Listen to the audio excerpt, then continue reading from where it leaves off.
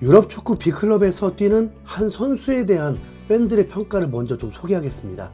그는 화려하지 않지만 그의 작업 속도, 엄청난 체력, 공격성과 경기에 미치는 임팩트는 감탄할 만해. 그는 경기 자체로 보면 눈에 띄지 않을 수 있어. 하지만 하이라이트로 보면 마치 게임 속도가 1.5배 빨라진 느낌을 얻게 되지. 그는 잉글랜드의 캉테야. 그는 멋진 플레이는 아닐 수 있지만 기본을 굳건히 지켜 공을 되찾고 압박하고 결투에서 승리하고 전진하는 선수야. 그가 있으면 두렵지가 않아. 그는 우리의 구원자야. 그는 박스투박스 파괴자야. 그는 과소평가되어 있어. 네. 이 선수는 잉글랜드 국가대표이기도 하고 B클럽에서 매우 중요한 역할을 했던 미드필드 선수입니다. 거기다 나이도 2000년생으로 24살입니다. 소속팀과 계약기간이 1년밖에 남지 않았는데 5천만 파운드의 가치를 가지고 있습니다. 그런데 그 소속팀의 재정적 상황 때문에 이런 자원을 팔 수밖에 없는 상황이라면 솔깃할 수 있지 않겠습니까? 그 선수는 바로 첼시 소속인 코너 갤러거입니다. 갤러거는 박스투박스 미드필더로서 뛰어난 체력과 활동량을 자랑하고 당연히 공격과 수비 양면에서 중요한 기여를 하는 선수입니다. 갤러거는 첼시의 성골 출신이기도 하고 잉글랜드 청소년 대표팀을 거쳐서 현재도 잉글랜드 국가대표 선수입니다. 잉글랜드에 재능 넘치는 미드필더가 너무 많아서 주전으로 뛰지 못할 뿐이죠. 미국 사업가인 보엘리가 첼시를 사버리면서 유럽 축구의 전통적인 시장을 무시해버린 채 과도한 선수 영입을 해버렸고 시장의 가치보다 훨씬 비싼 웃돈을 주고 사오고 메이저리그에서나 볼 수 있는 계약기간으로 10년, 12년 장기 계약을 해버렸습니다. 분명 재정적 페어플레이 규정을 준수하기 위한 전략일 수도 있는데 너무 많은 선수 영입과 많은 돈을 쓰면서 탈인한 상황입니다.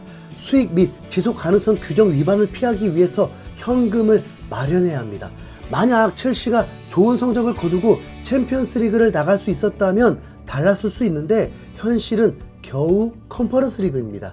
최근 영입한 선수를 바로 되팔 방법도 없어서 기존에 보유한 선수 중에 보내야 하는 처지가 되어버렸습니다. 그리고 그 한 선수가 갤러거입니다. 첼시는 갤러거와 재계약을 하고 있지 않습니다. 영국 매체에 의하면 갤러거는 첼시를 떠나고 싶어 하지도 않는다는 의사를 밝혔다는데 현실은 갤러거가 시장 매물로 나오면서 여기저기서 갤러거를 노리고 있는 중입니다. 토트넘은 겨울 이적 시장부터 갤러거 영입설이 돌고 있었습니다. 하지만 마치 루머처럼 전혀 이루어지지 않았습니다. 그런데 토트넘과 갤러거의 링크는 계속 이어지고 있었죠. 아마도 토트넘과 첼시가 이적료 문제를 두고 딜을 하는 과정으로 봐야 할 듯 합니다. 그 사이에 갑자기 아스톤 빌라가 끼어들었습니다.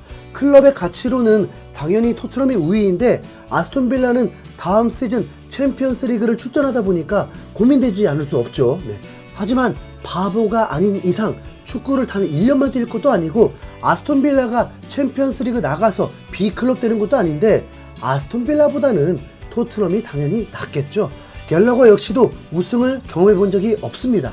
첼시의 성골 출신이니까 당연히 챔피언스 리그 우승 트로피를 들었을 거라 생각할 수 있지만 그때 갤러거는 웨스트 브로미치 임대를 떠나 있었습니다. 토트넘은 다음 시즌 유로파리그 우승을 노리고 있습니다. 분명 FA컵, 카라바오컵 우승보다는 쉬운 길입니다. 토트넘이 갤러거를 영입하는 방법은 굉장히 쉽습니다. 첼시가 원하는 이적료를 줘버리면 됩니다. 문제는 레비 회장이 상대를 지치게 하는 스타일인 거죠.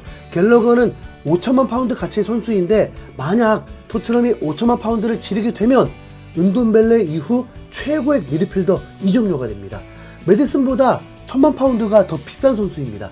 외신들도 토트넘이 갤러거를 영입한다면 큰 효과를 볼 수 있다고 판단하고 있습니다. 풋볼 팬캐스트에서는 갤러거가 가세할 경우 손흥민을 완벽하게 보완해줄 수 있다고 주장했습니다. 갤러거가 공격수가 아닌데도 보완해줄 수 있다고 한 이유는 손흥민은 공격수 중에 수비 가담 1위를 기록했습니다. 팀에 헌신적이라고 하니 부족한 삼성까지 내려와서 수비 가담을 하는 경우가 정말 많았습니다. 그럴수록 손흥민은 체력적으로 힘들 수밖에 없죠. 더구나 손흥민은 이제 32살을 향해서 가고 있기 때문에 분명 보완이 필요합니다.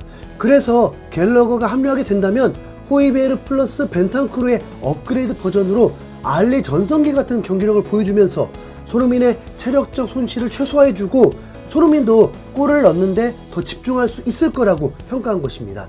갤러거는 토트넘 구단이 필요하다고 생각한 선수이기 전에 엔지 감독이 원하고 있는 선수입니다.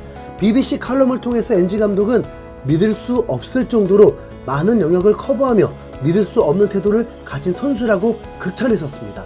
레비 회장이 엔지 감독에게 힘을 실어줘야 엔지 감독도 희망을 품고 달려나갈 수 있죠. 네.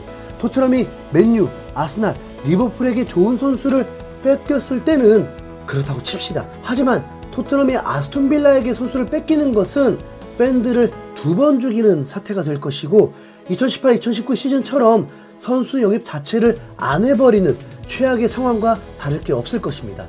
물론 더 좋은 비싼 선수를 데려온다면 다르지만 토트넘은 미드필더 강화가 필수인 팀입니다. 어쩌면 히샬리송이 전혀 아프지 않고 스트라이커 역할을 해준다는 전제로 공격수보다 더 필요한 자리가 미드필더 자리입니다.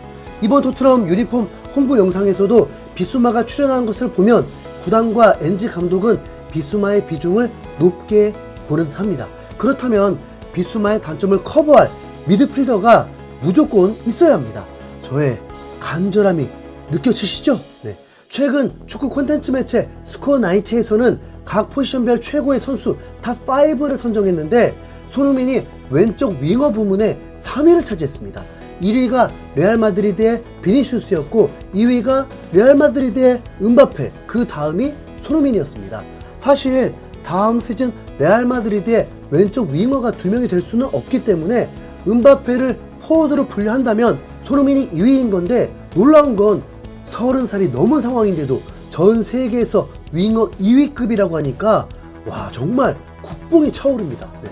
팬들도 이를 공감하는데 문제는 이런 대단한 손흥민이 이적이나 자신의 가치에 대한 욕심을 내지 않다 보니 서운한 마음이 가득한 상황인데 최근 손흥민이 인터뷰를 통해서 다시 한번 불을 지펴버렸습니다. 영국 매체 풋볼런던은 손흥민이 토트넘의 레전드로 불리고 싶지 않은 이유를 설명했다는 제목으로 기사를 전했습니다. 기사는 손흥민의 활약상을 소개하면서 손흥민이 토트넘의 레전드로 불리고 싶지 않은 이유가 팀과 함께 뭔가를 이뤄내기 전까지는 전설로 불리고 싶지 않다라는 것이었습니다. 그러면서 손흥민의 인터뷰를 전했는데 이 놀라운 팀에서 거의 10년을 있었다. 솔직히 믿을 수 없는 여정의 연속이었다. 내가 이 팀에서 전설인지 아닌지는 내가 결정하는 것이 아니다. 나는 여기서 뭔가를 얻고 싶다. 그러기 전까지는 나를 레전드라고 부르지 않을 것이다. 우리가 더 많은 것을 함께 이룰 수 있도록 계속 발전해 나가야 한다. 내가 이 놀라운 팀을 떠날 때 그때 내가 레전드라고 불리기를 희망한다라고 했습니다.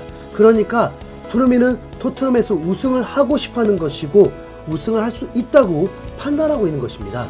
여기서 어떤 팬들은 토트넘이 우승할 수 없다고 보기 때문에 손흥민을 어리석게 볼 수도 있고 아니면 손흥민이 우승에 대한 목표가 확실하기 때문에 그래도 기대감을 가지고 손흥민이 토트넘 우승을 이끌어달라고 응원해주는 팬들도 있을 것입니다.